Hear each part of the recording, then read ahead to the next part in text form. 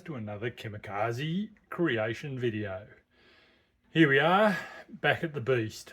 I haven't done much on this since dropping the motor out. Had a fair bit on, but I'm just starting to look at pulling some of the bits and pieces off. I've done a heap of research on what I want to do with this motor. Still haven't really come up with a solid conclusion or a solid plan, but I know it's going to be good. So I'm just going to start pulling it apart, taking the headers off, breaking it down a bit and seeing if I can find that tick. That's the main reason for this session. Anyway, let's go. Rightio, so knock the exhaust off, knock the coil packs off, knock the rocker cover off, knock the rockers off on both sides. Also took the valley cover and the inlet manifold off, and same over this side. And getting down to the point, I can take the heads off. So I've got the steam pipes down here, and I think a bit of the power steering pump needs to come off. But other than that, it's getting down to the tin tacks, and I should be able to rip those heads off, and that will reveal a fair bit.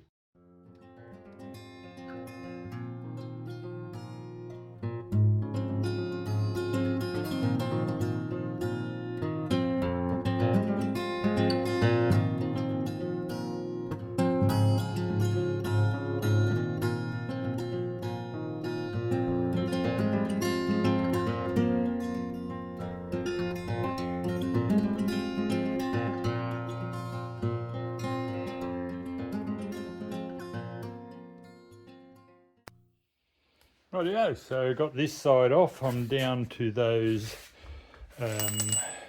lifter containers, going to take them out in a second. Pistons look all pretty good, the bores look all pretty good, a little bit of carbon there, but generally looking okay. So I'm just going to lift those carriages out and have a look at the first set of lifters. So the first thing to note, and I haven't done this before, is that those containers lifted out without the lifters lifting out. So now I'll just slide them out and we'll have a look at them.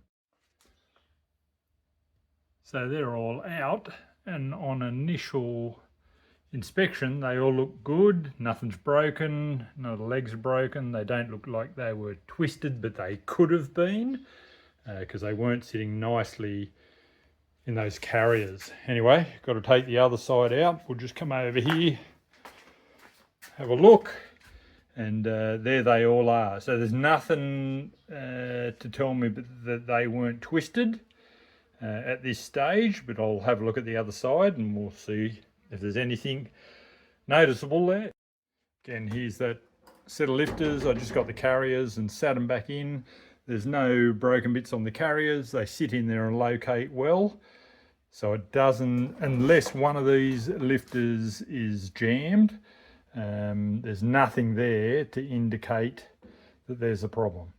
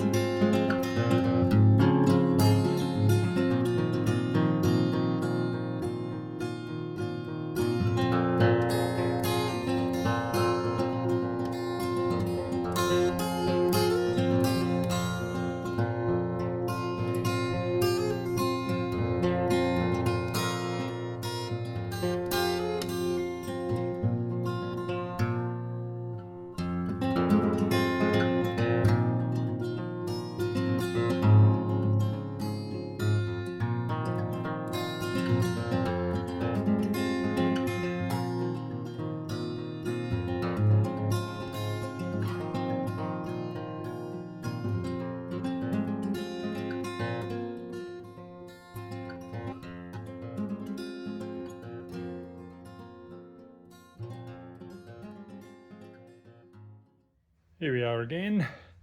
The other side's off. Again, nothing real obvious. The cam doesn't look like it's in great condition, but it's really hard to tell just looking down through these holes. Anyway, we're getting down to it. The next thing will be to pull that cam out and have a look at it. Rightio, I've moved on big time with stripping this motor down. Here's all the bits and pieces here, and I'll show you the cam and the crank. So here's the cam and crank, and the cam actually doesn't look too bad. The journals are actually a lot better on the cam than they are on the crank. I don't know whether you'll be able to pick it up, but there's quite a few wear marks on the main journals and on the conrod journals. It doesn't look too bad to look at, but if you run your fingernail across it, you can definitely feel the wearing. And this engine did have a lot of problems with oil pressure. That's why I had to go down to this depth. If it didn't have that oil pressure problem, I probably could have just left the bottom end together and tidied it up. But it did have a fairly big oil pressure problem, and I don't think it was just the oil pump. I think it started out as the oil pump, but then it's worn. I'll show you the cam bearings, and you can tell they would have had a lot of clearance, and I'll also show you the crank bearings so you can get a bit of an idea of multiple problems. So here's all of the big end bearings, and you can see the lines in those bearings. From just not having enough oil film between the journals and the bearings. And I've actually measured those journals up, and there's quite a bit of wear on those journals, and the more wear there is on there, the less oil pressure we're going to have. When you come over and have a look at the cam bearings, now I'll see if I can get these to a point where you can see them, but they are terrible and they feel terrible to run your finger around them. They are absolutely worn out, so there would have been greatly reduced oil pressure from those as well. Pick another one here and have a look at it and work my way around it. There's next to no coating left on them. They are just absolutely worn. So it may have started out as an oil pump, but because it ran for a while with bad oil pressure, it's definitely worn all of the areas that are supposed to wear. So my plan is to get that crank ground. They go down in a couple of sizes, 10 thou, then 20 thou. So I'll get the crank ground and I'll buy new bearings, and we'll start to put it back together. Here's the block all cleaned up. And these bores are pretty good, but I'm planning on honing those.